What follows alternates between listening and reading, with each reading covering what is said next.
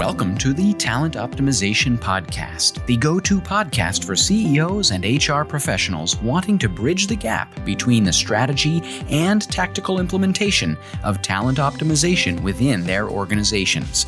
Through interviews, predictive index, and personal experience, your host, Tracy Shirk, helps you discover the facets of talent optimization from both a CEO and HR perspective to truly create the dream team for your organization. Are you ready? Let's get started. Welcome to Talent Optimization. My name is Tracy Shirk, and today we are chatting specifically about how we can support our staff and our organizations through financial wellness. And this is a topic that we don't talk too much about, especially within small businesses. And I have a very special guest with me today. Who I have with me is Surya Kolluri with Bank of America. And Surya is the Managing Director of Retirement Research and Insights. And Surya, welcome to our show. Tracy, it's such a pleasure to be on with you. Thank you for having me on the program. Absolutely. And, one of the reasons why I brought you on is I heard you speak at the Wisconsin Manufacturers Chamber of Commerce a couple of months back, specifically about, this thought, but also the specific research that Bank of America has done around financial wellness, the distinctions between financial wellness and how that impacts employees inside of organizations. So with that, do you want to tell us a little bit about yourself, your organization, and the research that you've done? Yeah, Tracy, I'm happy to do that. But I also wanted to say it was a pleasure meeting you in Madison. That was my first trip, believe it or not, after the hiatus that we all had. And so I was energized to be in Madison and engage with conference attendees there. It was a great conversation. I really enjoyed myself. And I'm happy to continue that conversation with you here in this podcast. So for our team, the Retirement Research and Insights team here at Bank of America, Tracy, we focus on 4 different areas. The first area is around workplace benefits, meaning what are companies focused on in terms of supporting their employees. The second topic that we look at is financial wellness, which is the topic that you had mentioned at the top of this broadcast. So that is what's on the minds of employees. And of course, we need to connect the first 2 topics. What's on the minds of employers? What's on the minds of the employees? The third topic that we look at is what is called longevity fitness, meaning that we're all, as a human society, living longer lives. And how can we stay fit across those? And we even call that planning for 100-year lives. So that's the third topic. Yeah. And with that, so often, especially with the organizations that I worked with, our employees aren't thinking about that, right? Like if they're not putting money aside or even knowing, hey, what does financial wellness look like to me and what that looks like, we're only thinking about today and paycheck to paycheck versus that long term. Indeed. And with these longer lives, Tracy, the other, just a quick aside, is there are some companies that might have 4 to 5 generations of workers in the workplace. Mm-hmm. Yeah. And so really, opens your mind to how do we think about financial wellness across these generations? And anyway, the last topic that we also look at as a theme is, no surprise to you, diversity and inclusion. And indeed, that organically covers the first 3 topics as well. So as a quick intro, those are the 4 areas that our team looks at in terms of research. Great. Thank you so much for sharing that. And, as you travel the country in your speaking engagements, and I'm so glad that you're here because we reach so many folks here within our podcast, but I definitely wanted to chat about, how do we really, optimize the talent inside of our organization and really ensure that the folks inside of our organization have the support that they need from that financial factor. Because if you're not financially stable, it impacts how you work and your productivity, eventually the profitability of the business. So share a little bit with us about, this talent and, how we can attract and retain folks with some of the financial literacy and the financial education. Yeah, indeed. Tracy, it is no surprise to all of us that there is a race for talent going on. And so one way to think about winning this race for talent might be to focus in on this topic of financial wellness, saying, hey, do I understand the financial wellness of my employees? And what I will say from our research, and we've been doing this for over a decade now, that the offering of financial wellness programs, Tracy, has continued to grow. So, for example, in 2020, 40% of the companies that we surveyed offered some sort of financial wellness program, and that has grown to 46%, a 6 percentage point jump. But even more importantly, we asked employers, hey, do you feel a sense of responsibility for your employees' financial wellness? And it's an aha number.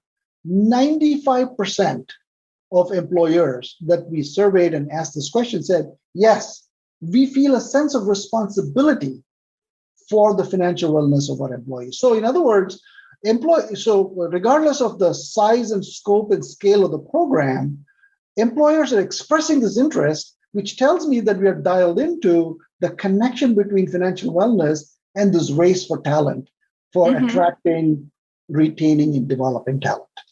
So I'm curious, of those 46% of employers that are offering some sort of financial wellness programs, what are they offering? And how can our listeners tap into that if they're not doing it, that's easy and doesn't continuously fall to the bottom of the list, right? Yes. This is a very important question, and we should take my answer as a marathon, not a sprint. You can't turn on the dial tomorrow, right? But there is an evolution. We know you're in Boston, and I keep hearing this race analogy of marathons and sprints, and can't help myself. I know. So let me share a few ideas for what might constitute a financial wellness program. The first one, of course, we would all agree, is a program around saving for retirement.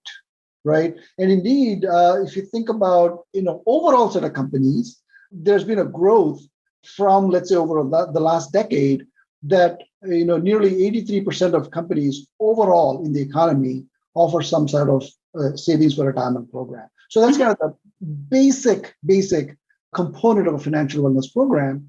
But as you and I know, increasingly folks are thinking about healthcare costs in addition to subsistence and living through one's longer lives. And so how does a company help employees think about healthcare, not only today, as you mentioned today, but also tomorrow? How do you kind of save up for healthcare challenges later? And then when we think about the young adult population coming into the workforce, they are concerned about topics like budgeting and debt, particularly college debt. So can we offer, to your point about financial literacy, can we offer them some guidance, some coaching, some education, some programming around budgeting and debt? And then if somebody is like going along in their life stages, and let's say they've become a new parent, then how about helping them save for college for their kid? And then one other idea is, which is a favorite of mine personally, is around the topic of caregiving. And so what I mean by that is, if you're a Gen Xer or in that age bracket, you might be in the sandwich generation. So you have parents and you have children, and all of a sudden your caregiving responsibilities go up.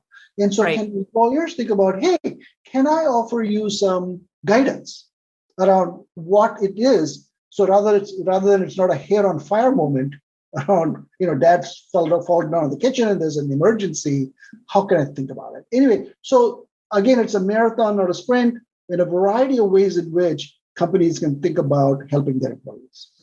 Absolutely. And you mentioned something really important, and I'm going to bridge two topics together here. So we've talked about the financial piece of this, but so many of our organizations offer employee assistance programs. And when we talk about things like, hey, we're caring for, my parents and I've got kiddos at home, those two things, this is also where employee assistance programs can come in and be incredibly helpful. And some of them even have a financial component to it. So I just want to name that for our listeners, is don't forget about these amazing benefits that a lot of times come with your benefits programs that can really help your employees. And so much of this has to do with education, right? How are we educating our employees on what is available to them, where we're meeting them where they're at? One of the things I loved about the report, Surya, and I would love for you to talk about this a little bit, is the distinction between, let's say it is African Americans or Hispanics or male versus female in their ability to save and what that specifically looks like and their financial stability, because those are very important keys to folks in HR and business owners and small organizations of how do I reach individuals where they're at so we can best support them and set them up for success. Tracy, both the points you made are very important. The second point you made is around, kind of diversity of the employee population. So we'll get to that. And the first point that you made, I also love, which is let us broaden the definition of wellness to holistic wellness. Yes. And there's a little data point that's worth sharing on the first point that you made. So we asked employees to rank what's important to them between mental health, physical health, and financial health, right? And as a banker, I was like, okay, where are they going to rank this financial health? But you got to listen to what the employees are saying, right? And they ranked in their priorities in that order: mental health first, physical health second, and financial health third. Not that any of them are not important, but that's their priority. So the point you were making is very important to take into account. That is, it's a holistic way in which one should be thinking about wellness for employees. And I just want to piggyback on that for a second, because, that ranking, right? It's all the same pot of soup and they all impact each other. If your financial well-being is not great, it will impact your mental health and your physical health, right? The other part of this with that is there's this taboo to talk about these things. And that is why I love the fact that we're having this conversation. No, well stated. So the second point you were making, Tracy, around diversity, very important point as well, increasingly in today's world as we navigate into the 21st century. And what we see is the younger the employee base, the more diverse the population. So for example, if I think about, let's say the baby boomer employee population, the Gen Xer employee population, and the Gen Z and the young adult employee population, steadily the percentage of, let's say, Black African American employees, Hispanic Latino employees, Asian American employees, steadily growing up. So it's gone from, let us say, from the boomer perspective, about 17% of the population being diverse, as I just described, to in the Gen Xer population, 28%, to the young adult population that includes Gen Z and millennials, 35%. So just a dramatic shift. So to your point about, do these benefits connect to where employees are, what their mindset is, what their life experiences are, becomes very important. So I'm happy to describe, for example, what we've learned when we took that approach from a gender lens perspective, or a generational perspective, or an ethnicity perspective, if that's of interest to us. For sure. So let's start with gender. What we have seen in our research, and this is true year over year, both in terms of what people say about themselves as well as actual data in terms of behaviors, in terms of taking loans, et cetera, is that we see that women in general tend to lag men from a financial wellness perspective across a number of factors. So, for example, in 2020, 41% of women said they were financially well versus 58%. And in 2021, the numbers improved for women. It went from 41 to 47, but it still lagged men 47%, right? So there's a gap there. And so our immediate question should be, understand there's a gap. What should we be doing about it, right? But we do see that gap. And then we dug deeper into why is that the case? Women tend to say that they feel likely to feel some level of stress about their financial situation at a higher proportion than men, 92 to 88, and then twice as likely to be kept up at night due to that financial stress, 11% versus 5%, and goes directly back to the point you were making, that spills over into physical health, that spills over into mental health as well. So that's kind of from a gender perspective. Right. And I just want to tag onto this. So from my experience and the clients we've worked with and the organizations where I've led the HR team, one of the things that we typically see is that there's either not as much interest or there is not the questions that are being asked when you look at male versus female, right? So this, again, I talked about taboos earlier. This idea of why are, females not asking the questions to really understand, hey, what do I need to do? And what does this compounding, look like when I start putting money in right away at 18 or 20 or 22? But so much of this is also generational. What have I been taught by my parents? And when we look at the statistics of how many folks are being raised by single moms, I think that has an impact. And so with that being said, how do we ensure that we have that financial literacy inside the organization through orientation and onboarding, but also that it's that coffee chat or that's the water cooler chat, because we can, in a way, insert and start some of these conversations around the water cooler that allow us to impact and at least get the conversation started. Tracy, this is a very important question. And I've been thinking about this because, just because we say something and it's good for you might come across as eat your spinach. Say, earn your employer's match by contributing to 401k. Sounds good. But if I'm paying off college debt, if I have credit card bills, if I'm focused on the short term, living paycheck to paycheck, how am I supposed to kind of look past that into the future? So I think the framing of this conversation becomes very important, which is basically saying, here's your overall lifespan, and here are the life stages you're going to be going through: young adult, parent, caregiver, and have personas that people can relate to, saying, oh, I recognize that as my parents, I recognize that as my grandparents, I recognize that as my neighbor, et cetera, so that they can visualize and in that context make trade-offs. So I think, this financial literacy point that you're making is very important, but I think that should be connected with longevity literacy so that there's proper framing within which one is making these decisions. Right. Like, hey, how do I prioritize this? And if I look and prioritize this today for 1 year, for 5 years, for 10 years, or for 30 years, what does that look like? And so often we don't know what questions to ask. So we're not asking the right questions and we're not getting to the answers that are going to best serve us. Yeah. And an insight there for me, which I think you might agree with, is when we talk about helping our employees in their financial wellness, it has to be life stage specific. In other words, if an employee is near to retirement, and another employee has just joined the workforce, those two conversations are very different. And we need to be able to meet them where they live. Yeah. I think that's our theme today. Meet them where they're at. Exactly right. And so let me also draw upon a little bit on when we look at financial wellness from kind of an ethnic demographic perspective, right? So, across the board, about half of the employees, regardless of their, demographic differences, basically said they feel financially well, but they all at the same time said they do feel acute levels of financial stress. So for example, if you look at the Hispanic Latino population, 93% of them said they feel some level of financial stress. And if you think about the Asian American population, 92% of them said so. So half of them might have said, I'm feeling financially okay, but it is accompanied by stress. And so the question is, how do we have these conversations? How do we provide the support through EAP or otherwise to kind of relieve some of the financial stress that is associated with financial wellness? Absolutely.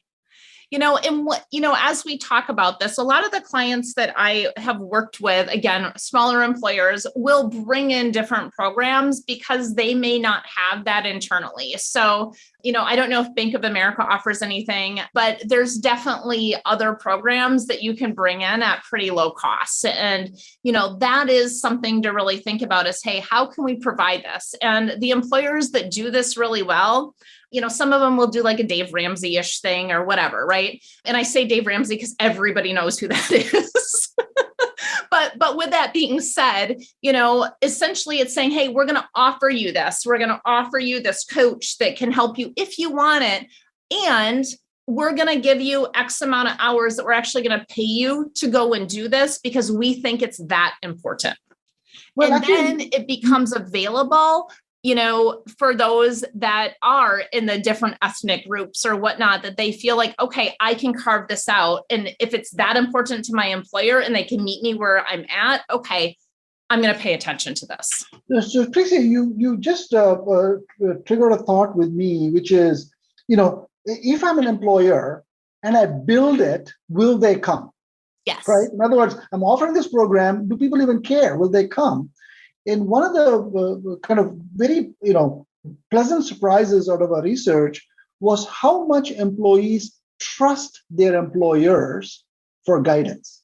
And by the way, if you kind of parse out the data by generations and by gender and by ethnicity, it is surprising the levels of trust that employers have. So in other words, one could take confidence that there is that trust in terms of being able to provide guidance, and that if we do provide the guidance that's relevant and timely and life stage specific, that there will be adoption of those programs. Mm-hmm. That's fantastic. And I did not know that data point. So that's fantastic. And I hope our listeners really key into that of, look, they already trust you. How can you, support them so that it's for their best financial, mental, physical well-being as well? Indeed. In fact, I don't know if as part of the podcast, when you broadcast it, you would provide any supporting materials, but we have a very easy to digest infographic on the point I just made that I'm happy to share with you. As we start to close this out, when you think about what's a key takeaway for our executives and our business owners listening in today? Yeah, so let me make a couple of points. The first is, Tracy, that I think this topic that we've been touched upon, the financial wellness, and as you correctly said, holistic wellness, really as business owners and business managers, we should be thinking of that as a strategic lever to assist with business growth because it's key to attracting, retaining, and growing talent. But it is not enough just to say, okay, I got it. I'm going to be offering some programs. These programs have to be thoughtfully tailored, as we've been discussing during this conversation, which is, do I understand the composition of my employees, male, female, different generations, ethnic diversity, etc. And am I framing the conversations and am I framing the benefits in a way that's relevant to their life stage as they're experiencing it? If those two conditions are there, that could be a key takeaway in terms of winning this race for talent going forward. Absolutely. And what's a takeaway for our HR professionals listening in today? So the takeaway for HR professionals is twofold. One is employees do trust employers when they offer this guidance and programming. And the second is that the workforce is getting increasingly diverse. And understanding the needs of the diverse population becomes very important because there are differences and nuances in how each of these groups express their financial wellness and express what kind of support they need. Absolutely. Well, Surya, thank you so much for sharing with us today. One of the things I most appreciate about you and your presentation is we're able to take, hey, here's the research, here's what we're seeing in day to day, and here's how we can best serve our employees first and ensure that we're serving our organizations where we're growing it so we can provide that best service to our clients. So thank you so much for being on today. Tracy, thank you very much. Glad to have this conversation and glad to have joined you. Absolutely. So with that, thank you for joining this episode of Talent Optimization. Be sure to give us a 5-star rating and check out the information in the show notes for that infographic and that report and how to connect with Surya and Bank of America. And we will see you next week. Thanks so much. Thank you for joining us on this episode of the Talent Optimization Podcast. You'll find more tools and resources for CEOs and HR professionals looking to bridge the strategies versus implementation gap of talent optimization at elevatedtalentconsulting.com. We've also created a free, valuable resource for you to begin bridging the gap called the Talent Optimization Foundation Membership Program. You can access it for free at elevatedtalentconsulting.com/foundation. Be sure to tune in next week for another episode to learn more about talent optimization and creating a dream team for your organization.